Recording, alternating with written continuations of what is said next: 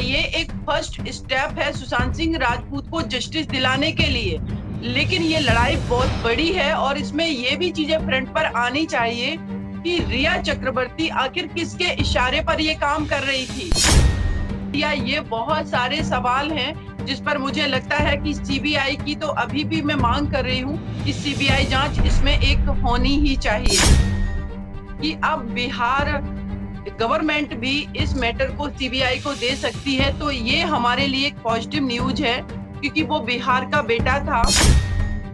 नमस्कार, पंजाब केसरी ग्रुप पर हम तमाम दर्शकों का स्वागत करते हैं। हमारे साथ जुड़ गई हैं वरिष्ठ वकील हैं सुप्रीम कोर्ट की सीमा समृद्धि कुशवाहा हमारे साथ हैं और हम इनके साथ चर्चा करेंगे जो एक बदलाव आया, एक बड़ी खबर है कि सुशांत सिंह केस में परिवार की तरफ से एफआईआर दर्ज की गई है और बिहार में ये मामला दर्ज हुआ है पटना में, और इसमें बहुत सारे आरोप जो हैं वो एफआईआर में सामने आए हैं और इस एफआईआर में जो मेन उंगली उठ रही है वो रिया चक्रवर्ती और उनके परिवार के खिलाफ उठ रही है। हमारे साथ सीमा समृद्धि है। सीमा जी, जिस चीज की आप मांग कर रही थी कि अगर नहीं हुआ तो आप सामने आएंगे, लेकिन अब परिवार सामने आ गया है, अब ये केस आगे किस तरफ बढ़ेगा? देखिए, बिल्कुल ये तो एक बहुत अच्छी बात है कि एटलीस्ट फैमिली सामने आई और उन्होंने पटना में एफआईआर दर्ज कराई है। अगर ये नहीं आते तो डेफिनेटली आपने देखा कि देश के अंदर जो माहौल बन रहा था, जिस तरीके से उनके फैंस, उनके फॉलोअर्स डिमांड कर रहे थे कि इसमें सुशांत सिंह राजपूत हैं, उन्होंने ये सुसाइड नहीं किया है, ये या तो एविटमेंट और सुसाइड है या फिर ये मर्डर है। ये दो ही थ्योरी पर देश का करोड़ों की संख्या में जो फैंस हैं, ये आवाज उठा रहे थे। तो अब एटलीस्ट रिया चक्रवर्ती को मेन एक्यूज्ड बनाया गया है, जो उनके फादर ने एफआईआर दर्ज कराई है। और उसमें सुमित जी, मैं आपको बता दूं कि उसमें जो सेक्शन दर्ज किए गए हैं उसमें 3-4 ऐसे सेक्शन हैं जिसमें नॉन अवेलेबल वारंट इशू हो सकता है। वो बेलेबल वो जमानत वाले ऑफेंस नहीं है जिनमें बेल नहीं दी जा सकती है। तो इनमें तो मुझे लगता है कि इमीडिएटली जो पटना से टीम गई है पुलिस की और जिन जिन लोगों के ये नाम हैं इसमें एफआईआर में, उन सबकी अरेस्टिंग होनी चाहिए। लेकिन उसके अलावा मैं एक और बात क्लियर कर देना चाहती हूँ कि ये तो सुशांत सिंह राजपूत के फादर के पास जो इंफॉर्मेशन थी, जितना उनको पता चला कि रिया चक्रवर्ती ने किस तरीके से उनको एक ग्रिप में रखा हुआ था, उनको कन्फाइनमेंट में रखा हुआ था, तो उनके ऊपर ये उन्होंने एलिगेशन लगाए। लेकिन आखिर उस दिन उस कमरे में क्या हुआ, ये तो पूरा देश जानना चाहता है कि आखिर सुशांत सिंह राजपूत के जो गले का निशान था, वो निशान कहीं से भी फांसी के फंदे का नहीं प्रतीत हो रहा था। उसके अलावा जो डुप्लीकेट के बनी वो कहाँ गई, और अदर जो फैक्ट है कि आखिर मुंबई पुलिस ने अंधेरी डिस्ट्रिक्ट के टेरिटरी में आने वाले गवर्नमेंट हॉस्पिटल में पोस्टमार्टम क्यों नहीं कराया, कूपर हॉस्पिटल में बॉडी क्यों लेकर के वो लोग गए। तो ये सवाल तो अभी भी बने हुए हैं। इसीलिए मैं एक बात आपके प्लेटफॉर्म से ये भी क्लियर कर दूं कि ठीक है, ये एक फर्स्ट स्टेप है सुशांत सिंह राजपूत को जस्टिस दिलाने के लिए, लेकिन ये लड़ाई बहुत बड़ी है और इसमें ये भी चीजें फ्रंट पर आनी चाहिए कि रिया चक्रवर्ती आखिर किसके इशारे पर ये काम कर रही थी और कौन कौन लोग इस कॉन्स्पिरेसी में मिले हुए थे, और या पहले से सुशांत सिंह राजपूत के साथ में जो यशराज बैनर का जो कॉन्ट्रैक्ट था वो उनको बीच में क्यों ब्रेक करना पड़ा। करण जौहर ने आखिर उनकी जो मूवी थी ड्राई वो डिजिटल प्लेटफॉर्म पर बिना सुशांत सिंह राजपूत के कंसल्ट के कैसे उसको चला दिया। ये बहुत सारे सवाल हैं जिस पर मुझे लगता है कि सीबीआई की तो अभी भी मैं मांग कर रही हूँ कि सीबीआई जांच इसमें एक होनी ही चाहिए। जी सीबीआई जांच की मांग आप अभी भी क्यों कर रही हैं? क्योंकि मामला मुंबई का मामला है और वहां पे एफआईआर हुई है बिहार में, पटना में, तो पटना पुलिस अब आगे जो है बढ़ेगी। क्या लगता है आपको कि परिवार को इतना समय, 40 दिन से ऊपर का समय लगा, क्या आप क्या मानती हैं कि इतना समय उनको क्यों लगा एफआईआर दर्ज करने में? देखिए, एक तो मुझे जितना समझ में आ रहा है कि फैमिली खुद एक बहुत बड़े इमोशनल ट्रॉमा में थी, और जिस फैमिली में एक इतना ब्रिलियंट उनका इकलौता बेटा, उसकी डेथ हो गई है, तो कोई व्यक्ति फाइट तो तभी करेगा ना जब वो नॉर्मल कंडीशन में होगा। उनके फादर जिनकी एज 70 प्लस है, वो व्यक्ति आज फाइट करने के लिए निकले हैं अपने घर के बाहर, लेकिन उनका पूरी तरीके से ठीक होना भी आवश्यक है। तो इसीलिए मुझे लग रहा है कि उनको काफी टाइम लगा, और दूसरी चीज, जो फैक्ट है उनको भी कलेक्ट करने में उनको टाइम लगा होगा। जैसे कि रिया चक्रवर्ती से जब स्टार्टिंग में पूछताछ हुई, तो उन्होंने मुंबई पुलिस को बताया कि मतलब वो डिप्रेशन में थे, लेकिन सुशांत सिंह राजपूत का कहना है कि रिया चक्रवर्ती कह रही है डिप्रेशन में थे। तो फिर उससे 2019 से पहले जब रिया चक्रवर्ती से सुशांत सिंह नहीं मिले थे, उससे पहले वो डिप्रेशन में क्यों नहीं थे? रिया चक्रवर्ती के उनके लाइफ में एंटर करने से ही सारी चीजें क्यों स्टार्ट हो जाती हैं? तो ये उन्होंने एलिगेशन लगाए हैं। और एक और चीज मैं कहूंगी आपसे कि मैंने उसमें देखा है कि उन्होंने जो एलिगेशन लगाया है रिया चक्रवर्ती पर, उसमें ये है कि वो जो जेवरात थे, जो एटीएम कार्ड्स थे, जो लैपटॉप था, वो तो उनके घर से ले गई, लेकिन साथ ही साथ वो सुशांत सिंह राजपूत के मेडिकल पेपर भी लेकर के गई। तो आखिर मेडिकल पेपर, जब सुशांत सिंह राजपूत का ट्रीटमेंट चल रहा है, अगर according to Rhea Chakraborty statement कि अगर उनका ट्रीटमेंट चल रहा है, तो मेडिकल पेपर रिया चक्रवर्ती क्यों लेकर के गई? क्या रिया चक्रवर्ती डॉक्टर्स के साथ मिलकर के सुशांत सिंह राजपूत को क्या कोई ऐसे ड्रग्स दिलवा रही थी जिससे वो डिप्रेशन में चले जाएं, या जिससे वो प्रवोक हों अपना सुसाइड करने के लिए, या फिर कोई ऐसे स्लीपिंग पिल्स वो दिलवा रही थी जो स्लो पॉइजन का काम करते हैं और धीरे धीरे उस पर्सन की डेथ हो जाती है? तो ये सारी चीजें अभी देखिए इन्वेस्टिगेशन का ये पार्ट है, और मुझे लगता है कि ये एक एफआईआर दर्ज हुई है, लेकिन इसमें फ्री एंड फेयर इन्वेस्टिगेशन अगर होता है, तो मुझे पता है डेफिनेटली इस केस में और भी लिंक निकल करके आएंगे कि आखिर सुशांत सिंह राजपूत को कौन मरवाना चाह रहा था। क्योंकि किसी भी व्यक्ति को आप सोसाइटी से आइसोलेट कर दे रहे हैं, उसका जो प्रोफेशन है, उसकी उनको साथ उनकी फिल्में बारी बारी से छीनी जा रही हैं। उसके अलावा उनके घर से रिया चक्रवर्ती सारा सामान लेकर के जा रही है। एक तरीके से ये इसको बोलते हैं थेफ्ट इन ट्रैवलिंग हाउस, कि घर के अंदर से सारा सामान चुरा करके ले गई हैं वो। तो ये सारी चीजें ऐसी हैं कि ये इन्वेस्टिगेशन की अभी भी इसमें रिक्वायरमेंट है, क्योंकि पटना पुलिस जब वहां गई है मुंबई में, तो डेफिनेटली मुंबई पुलिस को पता है कि कैसे इन्वेस्टिगेशन होना है। बिना मुंबई पुलिस के सपोर्ट के पटना पुलिस के लिए थोड़ा डिफिकल्ट होगा वहां पर प्रॉपर तरीके से इन्वेस्टिगेशन कर पाना, इंटेरोगेट कर पाना लोगों को। तो इसीलिए मेरा कहना है कि अगर ये मैटर सीबीआई को जाएगा, तो सीबीआई के पास वो टेक्नोलॉजी भी है, और वो इतना कैपेबल भी सीबीआई होती है कि वो अपने लेवल से ही एक फ्री एंड फेयर इन्वेस्टिगेशन कर सकते हैं।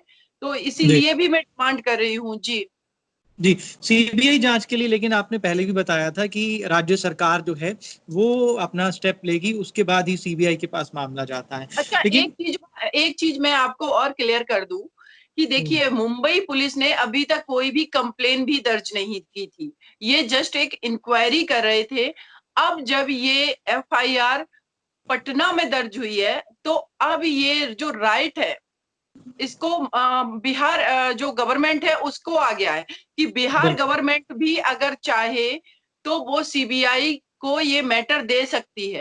पहले तो ये था कि महाराष्ट्र गवर्नमेंट को ही देना है, महाराष्ट्र गवर्नमेंट की कंसेंट जरूरी है, लेकिन अब ऐसा हो गया है कि अब बिहार गवर्नमेंट भी इस मैटर को सीबीआई को दे सकती है। तो ये हमारे लिए एक पॉजिटिव न्यूज है, क्योंकि वो बिहार का बेटा था। बिहार का हर व्यक्ति चाह रहा है कि सुशांत सिंह राजपूत को जस्टिस मिले।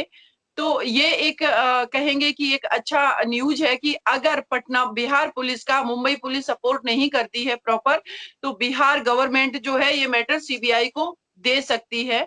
सेंट्रल गवर्नमेंट से रिक्वेस्ट कर सकती है कि हमें जो मुंबई पुलिस है वो कोऑपरेट नहीं कर रही है, तो आप इंटरफेयर करके इस मैटर को आप सीबीआई से इन्वेस्टिगेशन करवाइए।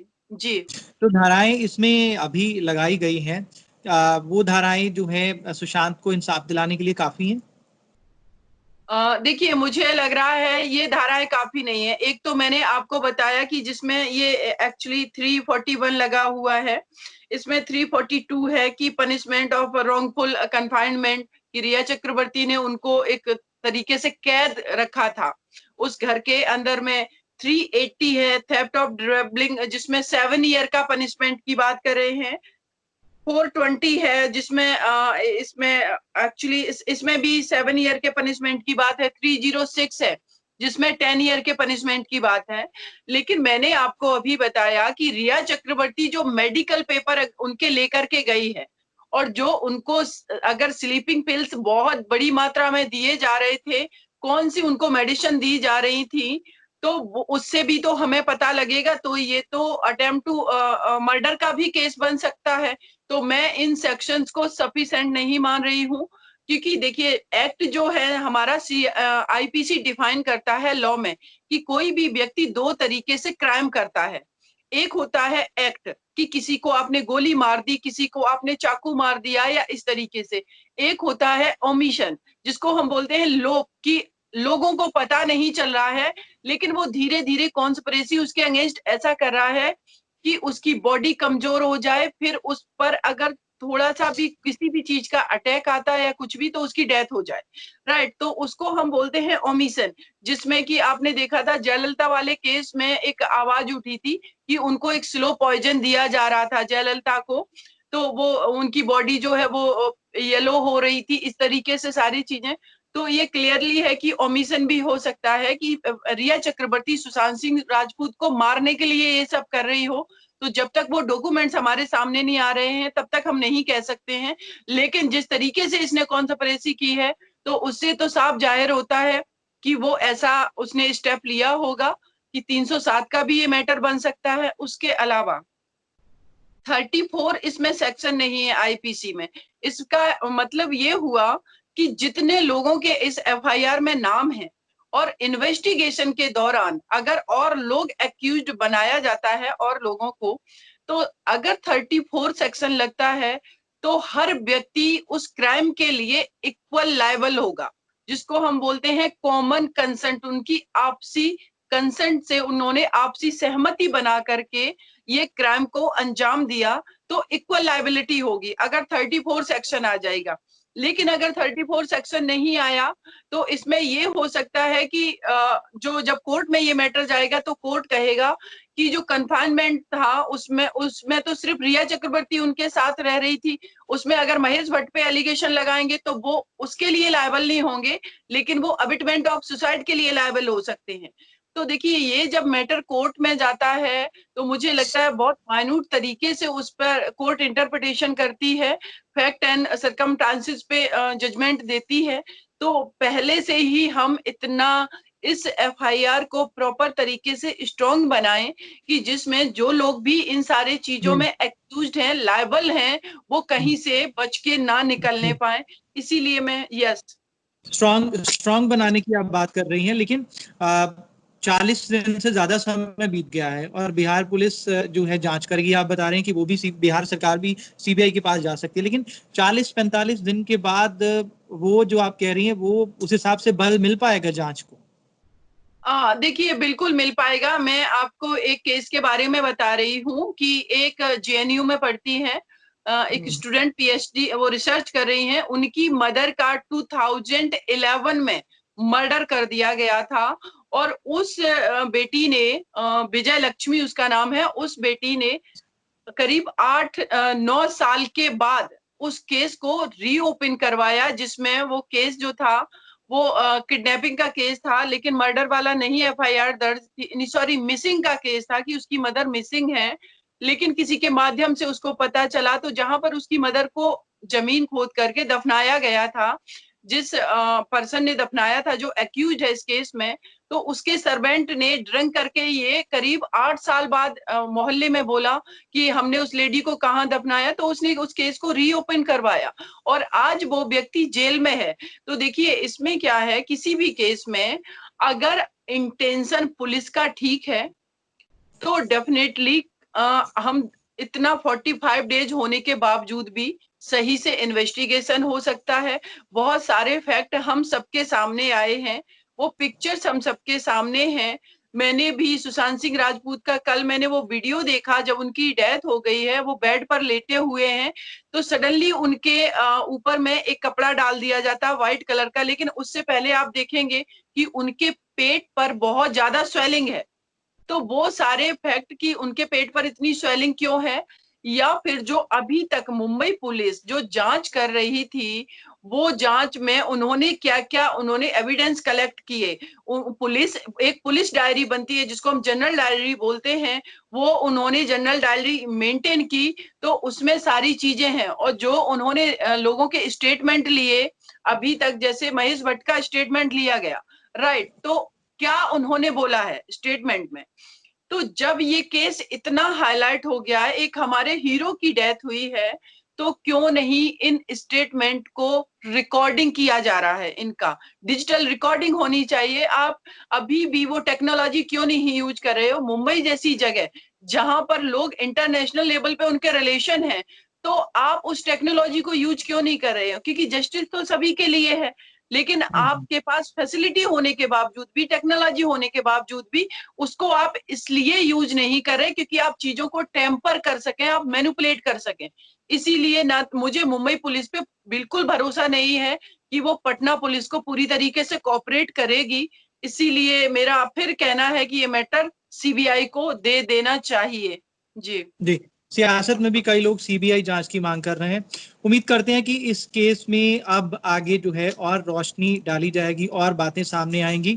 और आप जो मांग कर रही हैं या फिर सोशल मीडिया पे जो उनके फैंस मांग कर रहे हैं कि सुशांत को इंसाफ मिले, ऐसा होना जो है इसकी उम्मीद अब की जा सकती है, क्यों? बिल्कुल, हम पूरी तरीके से श्योर हैं कि देखिए, जो अगर मुंबई पुलिस ने फैक्ट को टेम्पर किया होगा, तो हमारे लिए बहुत मुश्किल है कि उनका जो मर्डर हुआ है, जिस तरीके से पिक्चर आया है, सारी चीजें हम सबने देखी हैं, कि अगर उनका मर्डर हुआ होगा, तो उसको प्रूफ करना डिफिकल्ट हो गया है। लेकिन एट लीस्ट रिया चक्रवर्ती ने जो कॉन्स्पिरेसी की, और उस कॉन्स्पिरेसी में जो लोग शामिल हैं, कि अगर ये मैटर एबिटमेंट ऑफ सुसाइड का बनता है, तो जिन जिन लोगों ने उनके अगेंस्ट में षड्यंत्र रचा, वो सब तो जरूर उनको पनिश किया जाएगा। तो एटलीस्ट सुशांत सिंह राजपूत को कहेंगे कि हम कंप्लीट नहीं, लेकिन आधा अधूरा एटलीस्ट जस्टिस तो मिलेगा।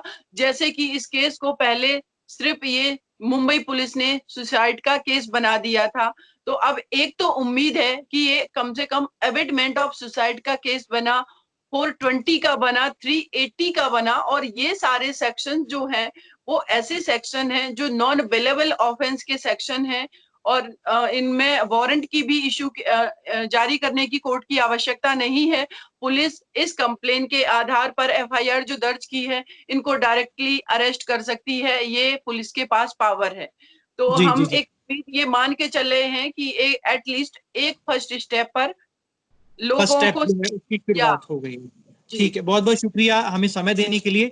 और कानून के हिसाब से अब ये केस आगे कैसे बढ़ेगा, ये तमाम बातें एक एक धारा उसकी डिटेल समझाने के लिए हमारे दर्शकों के लिए शुक्रिया। Thank you so much.